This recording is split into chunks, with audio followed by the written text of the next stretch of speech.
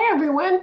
This is Jody from Cody's General Store. Is the place that I have my YouTube channel under.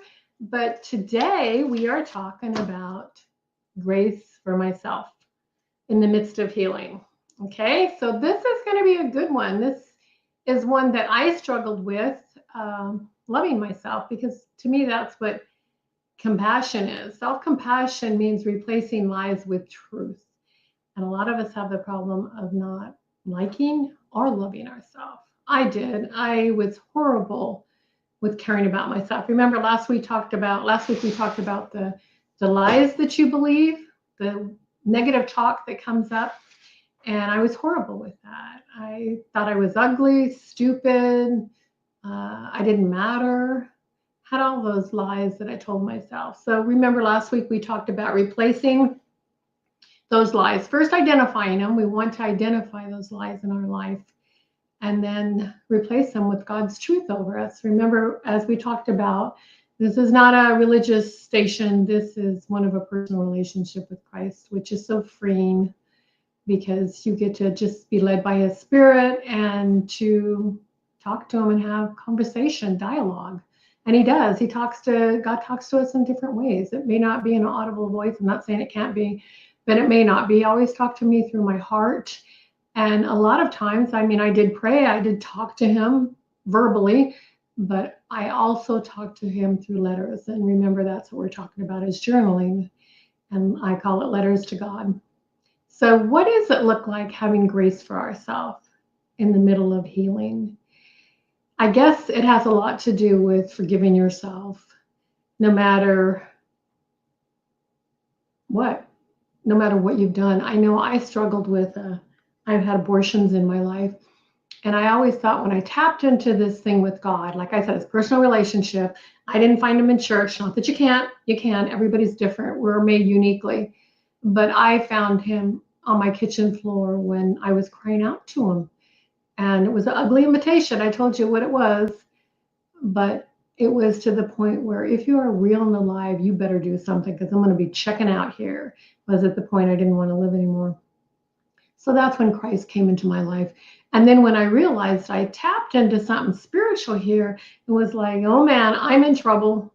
Does He know all this crap I did in my past? Does He know I've had abortions? Does He know this? And it came to a point where I carried around such guilt and shame in my life for myself, not having the self-love, not having the compassion that Christ had on me, that He told me, He said, I forgave you a long time ago, Jody, for those things that you've done. You need to forgive yourself. And that was the first time that I really recognized self-compassion, to where I had to forgive myself for the choices I made, no matter what they were, no matter if it was my own choice, somebody put it on me, no matter what. It was all my past. It was all shame and guilt that I was living under. So I had to come to the reckoning point to where I did forgive myself, because if God forgives me, who am I to hang on to this crap in my life that is nothing but blocks, nothing but negative. That is not who I am. That is not who I was created to be. That was a choice I made in my life. It doesn't define who I am. So trying to define who I am and trying to see me the way that God sees me is my whole journey here. And it's been a long journey. And that's what it exactly is. I'm a work in progress, just like you're a work in progress. And you need to forgive yourself is what you need to do. You are amazing. And you were created in God's image.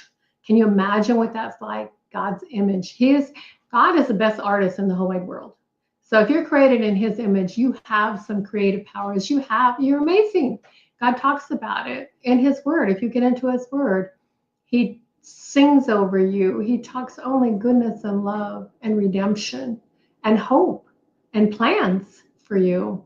So remember that. Remember last week we did talk about identifying the lies that we told ourselves, like the lies that I told myself about the things that I did. The choices that I made them, and they were real, and I did them. But that is not who I am. I realized one time I was in a relationship, not married, but in a relationship, and my boyfriend at that time had told me, you know, what do you feel inside? How are you living your life? And I told him the things from my heart on the way that I felt. And he said, that's not the way you're living your life. You might think that in your heart, but you are not living that. And I looked at that at that time. I wasn't saved at that time. I didn't have a relationship with God at that time, but I did look at that, excuse me, and say, that is messed up. That is the way I feel in my heart, but that's not what I'm living my life out.